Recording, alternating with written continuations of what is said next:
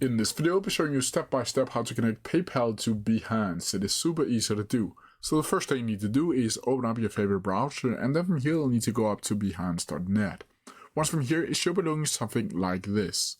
Now from here, you'll need to go up to the menu and go up to Client Work up here.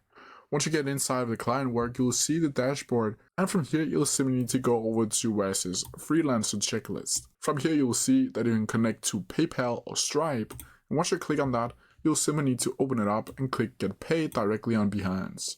From here you'll simply need to continue with PayPal and click on Continue with PayPal. From here, you'll need to wait to perform a security, and from here you'll simply just need to enter in your email address, your country and region, and click Next. Once from here, you will need to enter in your password and then connect your PayPal to Behance. Once from here, you will simply need to go back to Behance right here, and you'll be able to see that this one in particular will be gone from the checklist, and then you will have successfully connected PayPal to Behance. But that's how you do it. If you have any questions about it, please leave them down in the comments below, and I'll try my best to answer them as quickly as possible. See ya!